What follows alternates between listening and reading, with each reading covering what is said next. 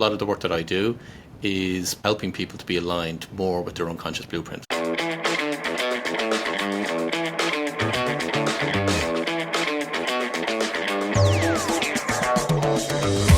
Hello there, it's me, Steve Mellor, and welcome in to GrowthReady, the podcast that allows high performers to reveal the reality behind what it means to ready yourself for growth, the personal and professional challenges along the growth journey, while also allowing the high-performance executive coach in me to satisfy his curiosity toward what drives optimal performance.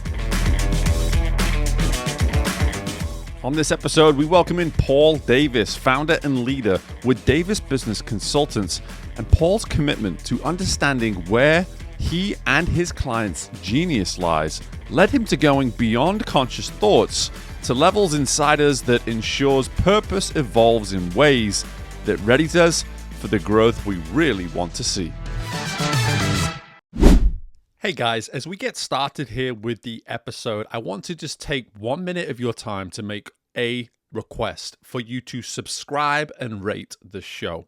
For our show to be easily discovered by other potential listeners, we need our current listeners, that's you, to take the time to not only subscribe, but to also rate the show. Whether you're listening to us on Apple Podcasts, on Spotify, whatever platform of choice, there are typically ways to be rating the show. So go ahead and click something like that 5th star and be sure to take that additional time to leave a comment or two about why it is you enjoy listening to the GrowthReady podcast. Your efforts on this will allow our show to be more discoverable, which means we're going to find more listeners and continue to have that significant impact on the community of human performance and personal development that I know you are all benefiting from by being listeners to this show. Please go ahead, take the time, subscribe, rate the show today. Hey, and while you're at it, why don't you share it with a few people as well? I appreciate you guys. Let's get to the interview. Hello there. Welcome back into the most recent installment of the GrowthReady podcast. I'm really excited to be welcoming somebody in from across the pond, but I know you're going to fall for that very obvious trap right now and assume that I'm talking about someone from my homeland, but no, I am not. We are dialing in today to Paul Davis from Dublin, Ireland, and I'm so excited to learn all about his world. He comes from similar world to myself, but at the same time, Paul, before I let you go anywhere further on this show, you have to answer the question that everybody else has to answer when we get started. Paul, what does it mean to you to be growth ready? For me, it actually means being hungry. So when you think about it, if you want anything in life, you've got to be hungry. Now, I actually learned that from Les Brown, which is an amazing motivational speaker. And I remember attending one of his talks going back many, many, many years. I'm not giving my age away right now. But yeah, so that stuck with me ever since. And for me, it's all about being hungry. And if there's something that you want and you're hungry, you're going to do whatever it takes to get it. Yeah, well, firstly, I had you're not giving your age away as much as you think, because good old Les Brown is still pounding. He's still on stages. To be fair to him, I actually had the luxury of seeing him for the first time earlier this year at the National Speakers Association conference here in the US. But what I will say about that too is this: sometimes when I hear an insight like that, again, I'm a parent of a 5-year-old and a 6-year-old. So the years of them eating certain foods for the first time, they're not that far long ago. And whenever someone provides an insight like this, my mind immediately goes to that. Is that when you see a child who tastes something for the first time, the sheer desire that they then have to go get another bite, to get another taste of whatever that is that they've now finally experienced. And what I'm hearing in this idea is it's one thing to be hungry, but the hunger is the result of finding that clarity around what you want. And I think that is something that immediately is coming through. So I'd love for us to maybe start there, Paul, is when you think about the work that you're doing today and just some of your approaches to the work that you do today, how might one go about gaining clarity just to begin with around, hey, what is this thing that I want? Maybe I have an appetite. I think I have an appetite, but I'm not completely sure what it is that I want. So how do you help folks with that? two things come to mind. One is a lot of people will have a lot of different things on their list of things that they want to have. And you get to quarter one and they probably haven't ticked some of those off the list. By the time you get to the end of the year, there's likely to be quite a few things that are on that list that they still haven't ticked off. And unconsciously, we don't want those things. Consciously, we might be thinking, yeah, no, it'd be great to have a new car, a new home, or whatever it may be, and so on. But unconsciously, we're working against ourselves from that respect. So one way of identifying for people in relation to, okay, so what are the things that you're not achieving? What are the things that you're not getting done? And then unconsciously, there may be an unconscious pattern there from that perspective in terms of what's preventing you from actually getting what it is that you want. That's one aspect. For me, in relation to clarity, what immediately strikes me, so an awful lot of the work that I do is people being aligned or helping people to be aligned more with their unconscious blueprint, which hence reason the first part. So a lot of people talk about purpose. I approach it from a completely different angle compared to what the vast majority of people talk about when it comes to purpose. So when I'm aligning a business owner or an individual in their career around what their true, unique, unconscious purpose is, now everything starts to flow in line with what their purpose is. And now you'll find things that you're very, very clear on what it is you want from that perspective, because now it's aligned with, in effect, your unconscious blueprint is the best way I can put it. Because now you kind of know what your handbook for you as you operate and what your life is like, or what it's to be like. And now you just go all out and get it. What happens for a lot of people is they kind of try different things in the hope that they will find what it is that they'll enjoy doing. And that's where people will chase, okay, what's your passion? And they'll chase those passions in order to find out, maybe I'll try that and I'll create a career or a business around it. But passions are transient. And not a lot of people don't really realize that until they look backwards and look at what they've done in their life and found out that they've sought after a particular passion at a time because it's a new course that they went on or a new experience that they had. And they say, oh my God, that's absolutely amazing. And they'll follow that or they'll pursue it. But given it a few years later, they'll now start to lose interest in it. So they go through this kind of like feast and famine cycle when it comes to what they're actually passionate about, what they're motivated about, and then they lose the commitment. And now they're not really going to achieve the vast majority of the things that they want to achieve as a result of that waning away.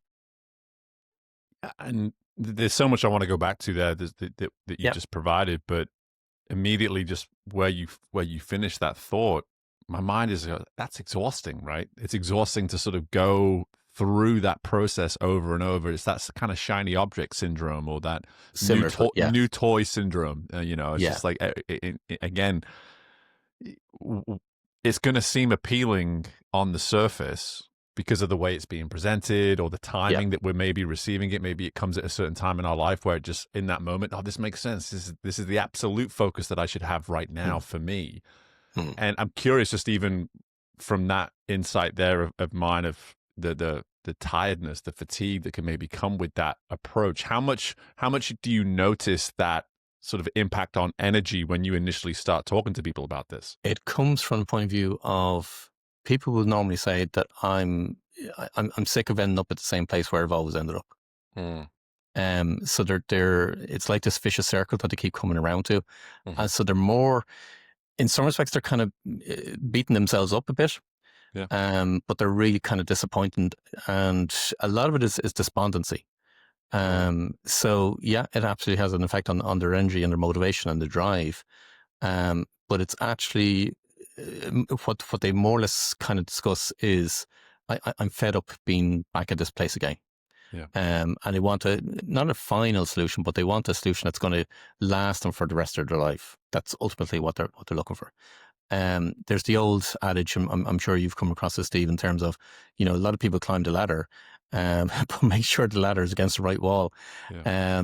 So you'll see people, I've come across people whereby they've been in a career or they've been in a job, they've been pursuing that career, but they've done what everybody else does, or they do what they feel and perceive is expected of them.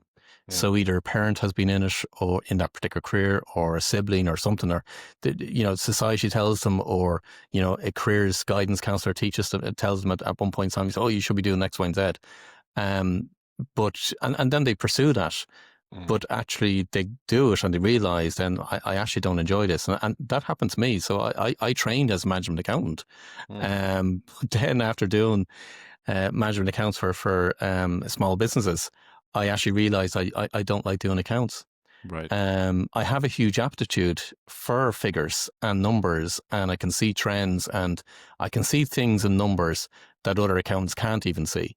But I use that to my advantage when I work with business owners to help them to grow and scale their business. But don't ask me to do a set of accounts. So even though I can do it, I won't do it. So I changed my direction. I've changed my direction several times over the years because I just enjoy pursuing what's going to show up. So that's. But you'll see that quite a lot in different careers and different business owners, and that's okay. A lot of people won't change for the fear of what other people might think. But actually, it's probably one of the best things that they could have done or could do. Gosh, I think everybody can relate to that idea of despondence. The feeling of being fed up. Immediately, I just think to my own childhood and being raised in a family with a set of parents that were doing what they had to do to give me the opportunities that I now have. I don't think there was a day in my dad's life, especially in the work that he was doing, where he probably wasn't fed up in some way, shape, or form about the work that he was doing. And that's a really long time to go with this energy and this emotion of despondence. And so much of what you're saying here that I think is important to emphasize is that we can maybe just operate in that as our normal condition for such a significant period of time, right? Without even necessarily knowing that this is our normal operating system and has been for some time. We don't know any different. Yeah, right. We don't know any different. Yeah. And so for you, even going to your story, what were some of those signs that you were able to eventually, not only, because clearly you had the signs around managing accounts at some point, but what connected you from having the signs to then maybe going into that form of action where I said, hey, enough's enough. It's time for me to find the right wall, as you said, to put this ladder up against. Yeah. For me, I just recognized, and my wife did as well, that every single time I was doing accounts, I used to get frustrated. I used to get stressed. Yeah. So I trained in industry to be an accountant. So I was working in different companies, manufacturing, construction, a lot of different companies, and being their CFO or their finance director, or whatever titles you want to call it. So I always had a team of people doing the actual accounts. So let's just call it just doing the accounts or putting the numbers together. But I was there advising the board or the shareholders as regards what needs to be done with the business itself. But it wasn't then until I started my own business in 2001, and I actually started off doing management accounts for small, medium-sized businesses, because again, that was my trade. That's what I thought I knew, and all the kind of sort of things. But every time I noticed when I was doing the actual accounts, I used to get really, really frustrated and stressed. As in the tension would just build up. And then my wife would say to me as well. So it kind of just during that period, I just explored, well, okay, so why is it every single time I'm doing accounts, I actually don't really enjoy doing it? And they were a few light bulb moments at that point in time. And then I took a step back and said, all right, what are the elements that I do actually really enjoy doing? And I drilled down into that, which was more around the strategic side of the business, the vision for the business, where the business is going, developing new products, new markets, all the operations, all the marketing side of things for the business itself. That for me was that's where I was getting enjoyment from. Yeah. And then I just changed. I got rid of existing clients. I changed other clients in terms of that did have the option to advise in relation to at a board level. And that's what I pursued from there on then. Yeah. It's this idea. There's a theme there, whether it be, the questions and the pushback from your wife, let's say, for instance, or just the clients that you were working with and eventually decided to work with. There's this theme there of either choosing to listen to the folks that know us best around us, or making better conscious decisions around who we then surround ourselves with, or who we Yeah. then go and pursue and put ourselves in front of. That seemed like a very common theme there. How much of that do you feel as though was at play as you were going through that time? A huge amount, because I would self-reflect nearly all the time. I'm introverted by nature anyway. Yeah. So introverts will naturally, just contemplate on everything that they come across. But for me, I remember one moment, to be quite honest with you, Steve, and it goes back to in around my 30th birthday, and went away on a family trip. I think honestly at the time I can't remember the country, but it was either Portugal or Spain, one of those, because I know it was sunny anyway. Yeah. And my birthday's in March, so it wouldn't be the heat of summers that we get now. But I remember being woken up at roughly about 5 o'clock in the morning. I left the apartment where we were staying, walked down to the beach, and I remember just walking the beach and then sitting on the beach at one point in time. And all of a sudden, I just got this massive download, is all I can refer to it as. Yeah. And that for me was a major, major wake up call, in a sense of, actually, you know what? I'm not, life is okay. It's okay, but it could be so much better. I remember at that point then that I made a whole load of decisions. I saw the sunrise. It was just phenomenal. The heat started to come into the day, and I made so many lists of all the different things that I was going to do, and came back to the department. Some of them were awake at that stage. But when I came home, I placed an order online. Well, it wasn't online at the time. That's how long ago it is. It wasn't an order. It wasn't online at the time. But many people will come across this, whereby at the time they used to be audio courses. So they were physical tape cassettes back in those days. Yeah. And I placed an order for so many different courses, if you want to call it that way. Yeah. But they're all personal development. Every single one of them was personal development. And the owner of the company physically delivered the box of courses to me. And he said to me, you're the only person that has ordered so many personal development books and courses. And he gave me a few free things along with it that he felt were really good and that would be good for me, and so on. And from that moment on, I've never stopped. It was purely just trying to find out, okay, so what else can we do? What else, how else can we more improve, or so on? I never played a victim role, never, ever, ever played a victim role.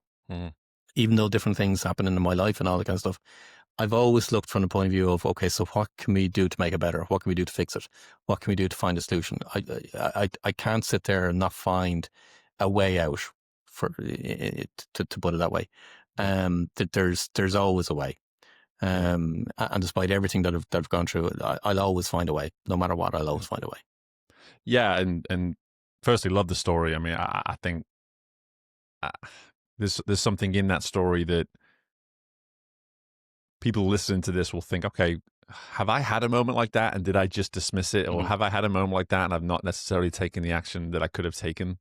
Or some people listen to it and being like, you know what, hold my beer, Paul. I'm about to tell you my story too. And that's for me. There's all these sliding door moments, right, in life, where it's just like, do I just have all those aha moments on the beach that morning as the sun rises, and then just carry on with the rest of my day, and then try to go back and think, what was it I was thinking about earlier? Or do I make the list right now, and do I take action right now? And there's so much in that I find that is not only powerful, but it feels like this is where we can make this transition now to what you said earlier on around the unconscious purpose. Because if I'm hearing that story correctly, I feel like that was you were finally dialing into your unconscious in a way that you maybe been ignoring. Am I getting that right? You're to an element. Yeah. So let me explain it. So what I would refer to myself as being, and when I work with clients, is I'm intuitive. Yeah. So I will naturally pick things up for clients and for myself in relation and that's from an intuitive perspective.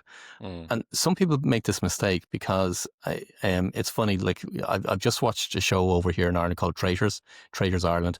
I think there's Traitors US, there's Traitors Australia, there's Traitors UK. It's a game show, if you want to call it that word. Yeah. And what amazed me was when when the people come around the table, and basically the traitors have to eliminate the faithfuls, and the faithfuls have to eliminate the traitors. So that's in kind of summary in how it works. But you come to a round table, you have to kind of evict somebody from the actual castle. But pretty much every single one of them would say, "Oh, my gut feeling is saying X." Yeah. Invariably, they've always been wrong. If you ever look at a show and just observe that particular aspect, so people misinterpret their gut feeling and their intuitive side. So I've got to frame that one up first of all. So being intuitive means sensitive. I'm always sensitive to the intuitive side. So when I came across a lot of different things over, because I did my own pursuit of purpose, of meaning, of fulfillment. I did my own pursuit, as many people do. And what you'll typically come across is, okay, pursue your passions. Find out what you love doing and pursue that. Other people will find out, start with why and find out why you do what you do. And that will, give you the motivation and the drive to do what it is that you do. However, if you're doing the wrong thing, well, then you're going to find the wrong why. Yeah. So that's that side. And there's so many other modalities. There's Ikigai, there's Viktor Frankl's Man Search for Meaning, and so on. So I've done them all. I've done all the personality type assessments and all that kind of stuff. But intuitively, I just knew that they weren't right. They weren't giving me the answer of what I wanted. And with being intuitive, I could get information and insights for my clients in relation to what they could do with the business, how they could pursue it, what new markets or what new products they could develop, and all that kinds of things. And hence the reason why I've a 100% success rate in turning every single company around that I've worked with. So I was purely working on, not purely, but mainly working on intuitive side, but also working on, I'm a management accountant and commercially driven and all that kind of stuff. But what I found a pattern across all the clients that I worked with. And what I was guiding them towards was actually what I figured out afterwards was, in effect, their unconscious purpose. And when they aligned with their unconscious purpose and developed a career and the business around that, now things began to flow an awful lot easier. They enjoyed it an awful lot more. And they got a huge amount of fulfillment from actually pursuing what their purpose is. So I have a complete definition, or not definition, but I've got a different structure to finding purpose that's not out there in what other people say. Yeah, it's out there from my online courses, from my books and all that kind of side of things. But it takes a completely different approach because it's actually asking very, very specific questions to find out what is your unconscious trying to guide you towards. What a lot of people do, so intuitive will be an insight. So, and everybody will experience it. Absolutely everybody will. So there's times where you'll have woken up in the morning and all of a sudden there's the solution to a problem that you've been trying to work on. Or you're in the shower and you get this nudge to say, oh, you should send an email to such and such a person. They're intuitive flashes because you're not thinking of that particular subject matter at that time. And that's what's one way to know the difference. When you're thinking about something, you're consciously trying to make it up. So you're looking at all your senses and you're bringing in all the information, all the data through all your senses in order to come to a decision. That's where people refer to their gut feeling from that perspective. But it's very, very different from an to intuitive. So they kind of mix the two of them up. Intuitive I refer to them as downloads. I refer to them as knowings. It's an insight that you'll receive at a time when you're not necessarily thinking about the subject matter of the actual download itself. So when you pursue those and you find the patterns, now you can actually find what your unconscious blueprint is. And when you find your unconscious blueprint, and there's so much work I do on this in terms of when it comes to people's beliefs, your beliefs are unconscious. And if you don't figure out what your beliefs are, because some of your beliefs will actually work against you. And hence the reason why some people don't realize that how come other people can be successful in the exact same marketplace, but they're not successful. And I can guarantee it'll be down to their beliefs. So when you identify your beliefs, you identify your unconscious blueprint. Now you can change aspects of it, and now you can make things an awful lot easier for yourself.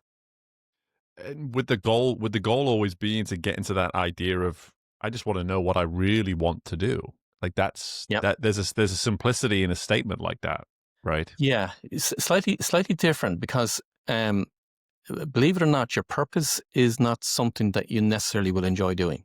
Mm-hmm. Okay. Yeah. But that's the misunderstanding that an awful lot of people have. Mm-hmm. I refer to it as a quest. And your quest is, if you look up the definition of a quest, it's a long and arduous journey to find a solution or an outcome. Mm. So it's a long and arduous journey. So it's not an easy one. Right. So my quest started off at a very, very young age, which everybody else's does. It will typically become more prevalent for an individual in around the ages of 6, 7, and 8. They're the ages I found commonality across all the clients I've worked with that will start to become prevalent for them around that time. And it's a question that they're always trying to pursue the answer to. The best example that I give is the Wright brothers, because you'll see behind me a lot of planes and so on. So I'm into aviation. There's two brothers started at the age of 11 because they broke a plane that their father gave them a toy plane. And they broke it, and at that moment in time, they tried to figure out, okay, so how could they make a flying machine? Mm-hmm. That's when the seed actually started, and they pursued that, but it wasn't an enjoyable task because they crashed. There was frustration. There was, they got all the knowledge from everybody else that had tried it before. They still couldn't find a solution.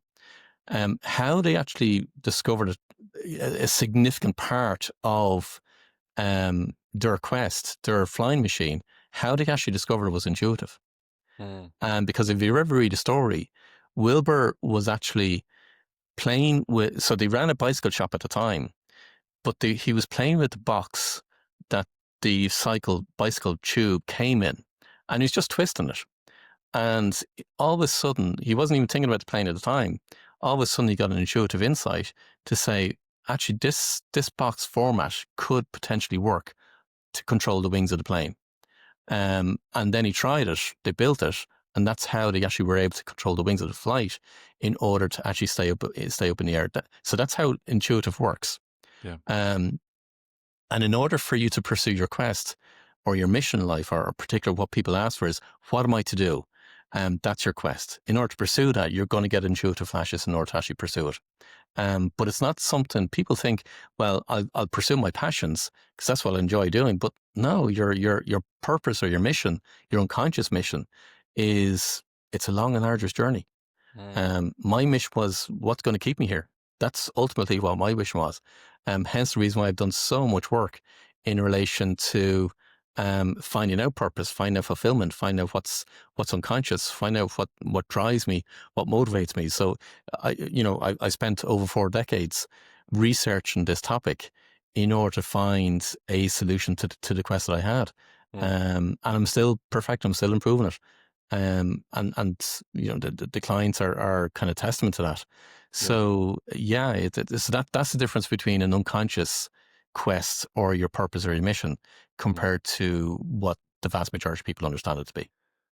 Yeah, and I really do appreciate all this background that you're providing us, all this insight around definitions, because we've talked about, as you can imagine, we've talked about passion, we've talked about purpose on this show numerous times.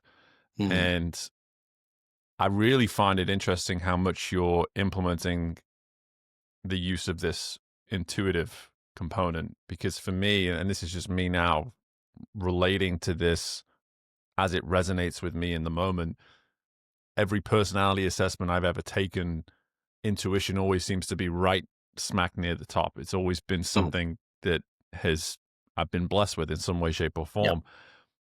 And you're making me in this moment think, okay, is intuition this skill that we develop, or is intuition this part of ourselves that we've actually all been blessed with and given, but for some of us, some of us allow it to run free, and others we maybe shut it down in its, every single time it tries to show itself. So I'm just curious, and maybe both can be true, don't get me wrong, but that's kind of where my mind's going as you're talking through this. It's a perfect question, Steve. So we all have it. We can all develop it more. A good number of people shut it down. So I'll give you another extreme example of that. But this is very, very common, like very, very common. And you've got young kids, so you'll experience it with your young kids. And a young kid will walk into the parents and say, "Oh my God, you know what? I was just talking to granny or granddad, and I had just this amazing conversation, and so on, so on, so on." And the parent will turn around and say, "Yeah, but sorry to tell you, but granny or granddad, they're no longer with us. They pass away." That's an extreme situation, Sure. okay? But what they've tuned into is the energy of somebody has passed on. Yeah. So that's their intuitive actually opening up from that perspective. They'll get insights in relation to something that could potentially happen. That's foresight. So now they'll actually get intuitive from that side. But again, it'll be shut down typically by parents or society or school, because ultimately what will happen is they'll say different things and they'll be told, no, that's not true. And therefore now they kind of second guess themselves, and then they're starting that process of shutting it down. Your intuitive is always there. Can you shut it down? You will shut it down, but it can always be reopened and developed. One of the things that so let me give you an example of how that actually happens. So yeah, I've talked about children, but the vast majority of work that people do now is on a keyboard or on a smartphone. Yeah. So they're no longer writing. Yeah. Physical handwriting activates a particular part of your brain. It's called the executive center. And executive center it's in the prefrontal cortex, just behind your forehead, and it activates your executive center. Handwriting does, and what the executive center is controlled of is objectivity, planning, creativity, innovation. So all the creative aspects, and also what it's doing is connected with your intuitive side. It's more amplified from your intuitive side. But a lot of people are now, as I said, using a keyboard or smartphone, so they're no longer handwriting, even kids nowadays. Yeah. One of the things that I encourage clients to do is meditation. So I'll approach it from a point of view of, look at, they'll say, "Oh, I'm stressed, I'm overwhelmed, I've too much work on," and so on. So I say, well, what do you do to relax? What do you do to kind of chill and just decompress? And they pretty much don't do anything. So they'll go to the gym or they'll play golf, but they still get stressed about doing those things. So then we'll start exploring meditation. So there's two things. One is meditation is reducing your stress levels and your anxiety levels, but it's also developing your intuitive side. Absolutely does. It's one of the starting points for all of that. Yeah. Handwriting, that's where people would have come across maybe journaling. There's an awful lot of people that do journaling. There's a book called The Artist's Way that talks about journaling and morning pages and so on. But that indirectly, even though it's not explained, indirectly is activating your intuitive side because it's activating the executive center part of the brain, physically handwriting. But the next part for a lot of people is that they don't trust their intuition. So when you don't trust it, now you'll, not saying never, but it's so difficult to connect with. So what I encourage my clients to do is just whatever intuitive insights that you get, make a note of them, because they'll typically come at times whereby, yeah, you're somewhere else, or you're driving the car, or like that, I'm sitting on the beach, and it'll come at all different times. But always have a notebook with you to write them down, because invariably you're going to forget them. Yeah. But take action on them. And what you'll find is a correlation between what you have thought about doing or planned versus your intuitive insights. And when you keep a track, this is the accountant in me, this is the analytical side, when you keep track of those and see which ones were successful, you'll be able to sense the difference between what has been intuitive and what has been that you've consciously made up. And your intuitive will always, always, always be right. Always. Gosh, what a statement. What a statement. I mean, again, I'm an intuitive person, so you absolutely have my ear right now. I'm completely following everything you're saying. But for you to also acknowledge in that same insight that we don't trust our intuition, I mean, really that, this show's all about the growth journey. This is all about, are we truly prepared? Are we readying ourselves for what it is we're maybe capable of achieving, that we want to achieve? All these different various versions of growth that you've acknowledged throughout this discussion. And so much of what I'm hearing is that the use of the intuition, if there's anywhere where we're maybe getting stuck on that growth journey, it could be right there. It could just be simply the intuition is trying to be heard, and we're simply not listening, and we're not trusting it, right? Yeah. And especially in an environment now whereby there's so much turmoil. And where I see a lot of business owners doing is that they'll create the business in the way that nearly everybody else creates their business. Yeah. And they'll do the things similar to the way everybody else is doing their business. So whether it be from a marketing perspective or if to provide a service, they'll provide a service typically in the same way as everybody else. So accountants will provide a service in the same way as all accountants will do it.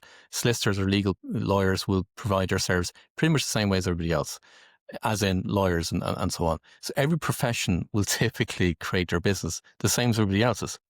So all they're doing is using a cookie cutter approach. Yeah. However, where we're moving towards is more the intuitive side. We're moving into that era now where things will be more based on intuitive side. Yeah. But if people were more in tune with their intuitive side, like you are, you'll be in tune with, okay, so actually, do you know what? This doesn't feel right. So I'm being, people say, I'll give you an example. People will constantly say to me, Paul, you should do more video. Get on video and be on social media and do more video and all that kind of things. I don't do any marketing because every single time I come back to my intuitive, it just does not feel right. And that's not a gut feeling, it's an intuitive side. Yeah. So I don't do any marketing because what I found was, and every single time I'll analyze this, is all my clients come to me. All my clients come to me. They'll either refer or they'll have found my book, one of the books, or they'll have come across my website. They'll always have found me. So I don't attend any networking events. I do public speaking, but I don't go out there purposely to market because my energy is actually attracting people as opposed to going out and trying to chase down people. And different people work in different ways. And that's hence the reason why I'm saying when you know your unconscious blueprint and work with it, you don't have to do the things that everybody else does and do it in the same way as everybody else does. You do it in your own unique way, and that's what your intuitive is trying to guide you towards. To be, people talk about being authentic. They don't really fully understand what authenticity means. So it's when you're working with who you truly are, and I mean really deep down into who you truly are, now you're being authentic.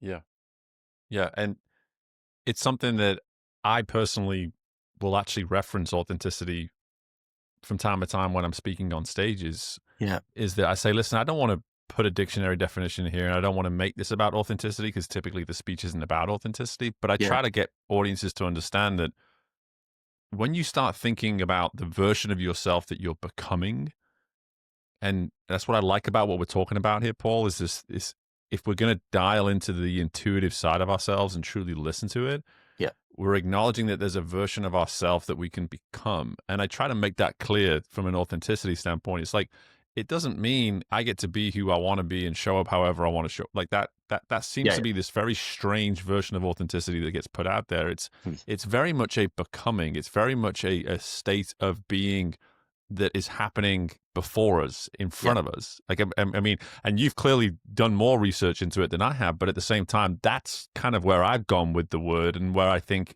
it's actually in its most useful when we look at it that way too. Yeah. So the way there's a few things that people will throw out there. People talk about ego, for example, and their perception is that ego is not a good thing, because they look at the extremes of ego. But I refer to, I use ego as an acronym for expressing your genius oneness. Like so that. EGO, expressing your genius oneness. Yeah. If you look up the definition and the origin of the word genius, you'll get gignere. And gignere means it's the innate ability that you were born with. That's the definition. That's the origin of the word genius. So everybody has a unique genius that they were born with. If you look at integrity, people again will refer to integrity in different ways. I refer to integrity as being integrated with who you truly are, with your unique genius oneness, but the oneness of, and here's my belief. I'm not saying, everybody has to share my belief, but my belief is that we are connected. All of us are connected energetically. All of us are a oneness, and all of us have a connection with what people refer to as a higher power, a higher consciousness, a higher authority, God, whatever terminology people want to use on it. But we are actually all connected.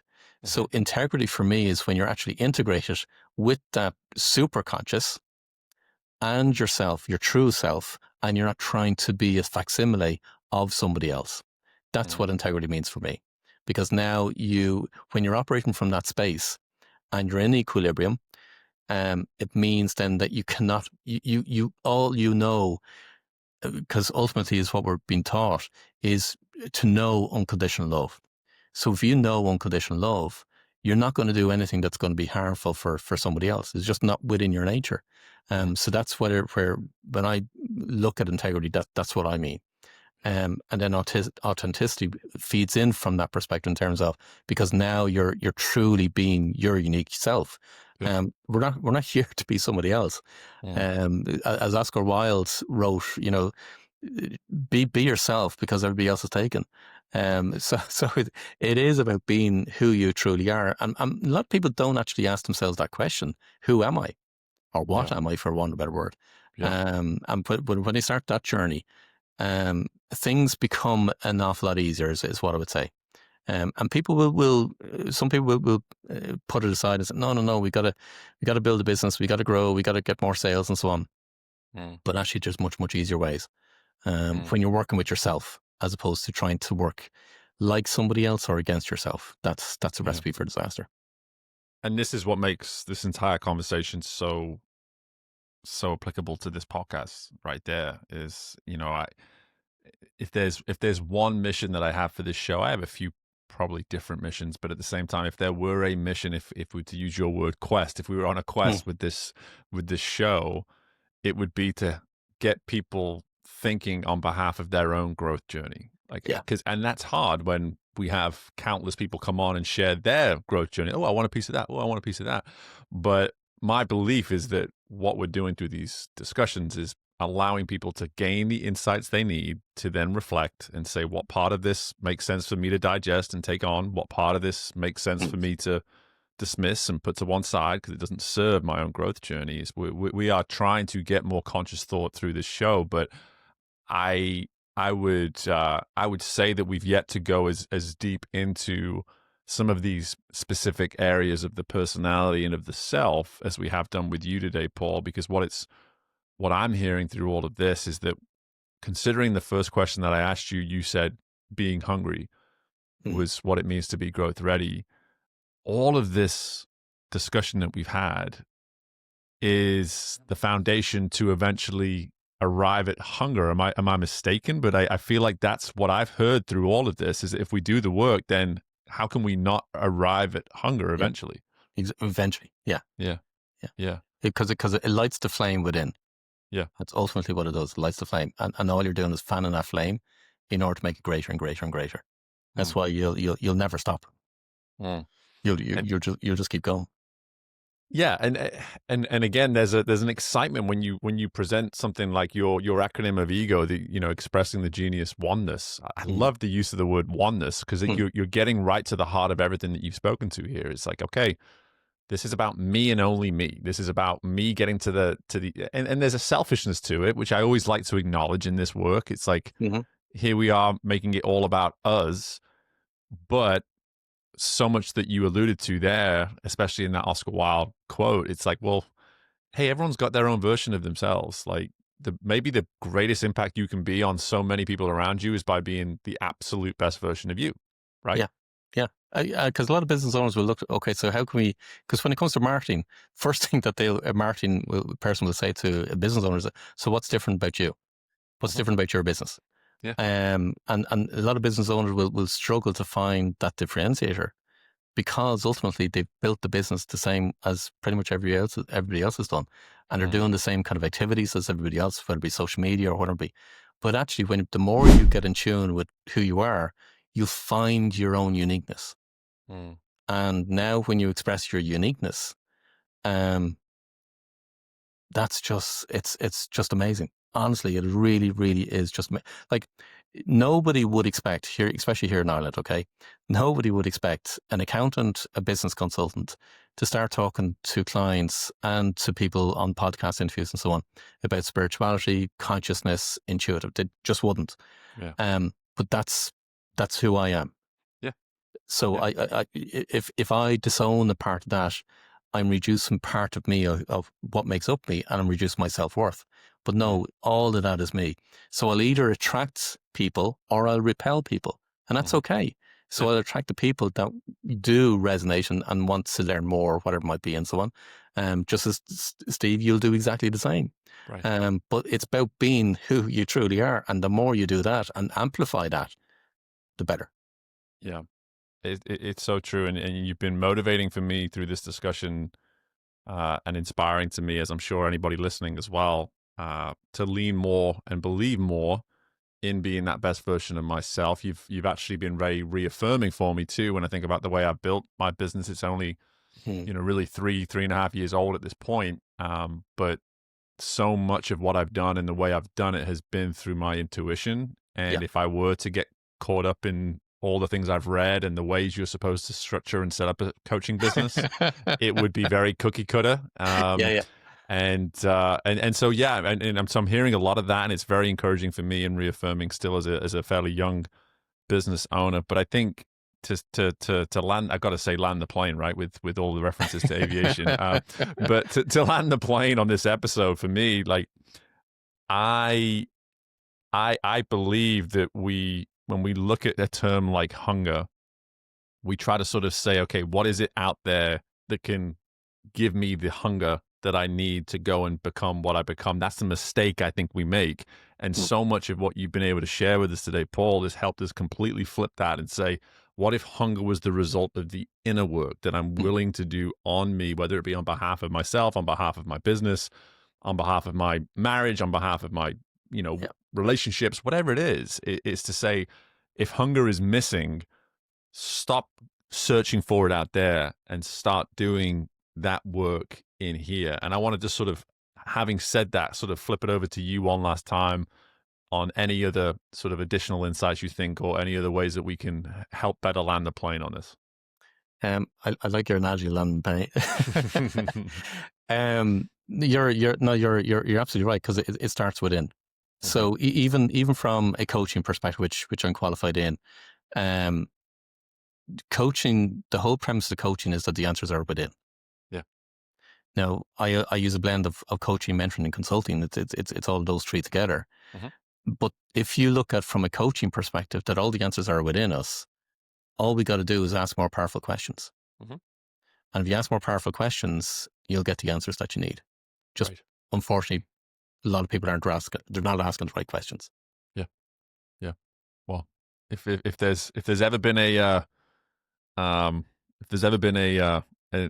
podcast that we've had that's going to force people to maybe start thinking about asking better questions, it would be this one, Paul. And so I'm just so grateful for the time, for the opportunity to learn from you, for our audience to learn from you. And even though you don't necessarily do marketing, I always ask this at the end, where can we maybe learn more about you, access information on you, maybe get a copy of your book, which I'm going to have to add to my ever increasing list of books that I need to read.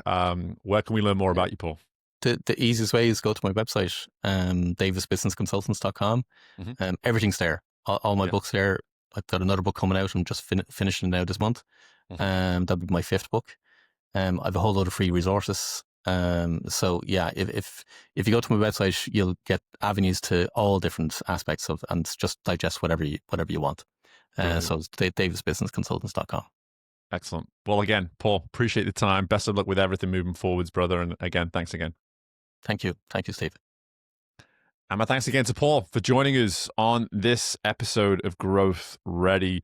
My brain feels as though it's been just through the most pleasant of walks, but it was a long walk. It was a hilly walk. It came with plenty of terrain as we went through it because of the challenging insights and the ability that Paul's able to bring to a discussion of just his background, his research, his knowledge on so many powerful insights. But it was all very refreshing. It was all very encouraging to listen to. But where I want to really land this episode is focusing on this idea of dialing into whether or not you're experiencing any kind of despondence. There's so many positive insights. There's so many reasons to be encouraged from our discussion, but I just want to make sure that we're checking in, because if I'm being honest with myself, there's areas, and maybe just one or two, but there's certainly areas nonetheless in my life where I feel as though I'm a little fed up. I'm a little bit despondent of how things are going and how I feel towards that work. And through this discussion, I feel almost compelled to do something about it, to take action. And I want to encourage you to do the same. If you feel a sense of being fed up, being despondent, what might some of this work that Paul and I explored through this discussion do for you to either overcome that and remain in that place that you're currently operating in that's giving you this feeling of despondence? Or what might this work do for you just to completely eradicate it altogether, to move on and to shift gears and to focus on something else that's maybe going to give you this kind of hunger, as Paul alluded to, in your life? And so I just want to really encourage that. Maybe you've not had a chance to press pause or just simply do the reflection of late to notice where you might be a little fed up. Do that now. Think deeply and ask yourself, if there were areas like that, what do I want to do about that? And how can some of this internal focused work benefit me to take the necessary steps that I need to overcome and move past this current emotion of despondence that I might be experiencing? And hey, if you're not experiencing any, awesome. I'm sure there's plenty of great insights that Paul provided that you'll take from this episode, as I know I will be. But in the meantime, folks, we are now slowly starting to wrap up the year that is 2025. And I'm so thankful for the continued growth and continued support that we have at the show. But the only way we continue to grow, the only way we continue to reach more people is through you not only supporting by listening to this episode, but taking the time to subscribe, taking the time to rate the show. Folks, ratings truly make an impact. So just take that time, click the 5th star on iTunes, click the 5th star on Spotify. Make sure you give us a thumbs up on YouTube, whatever it might be. Just take that time, please. It goes such a long way to helping us continue to grow this show. But as always, best of luck in anything and everything in your world. And I look forward to doing this with you again very soon. Bye for now.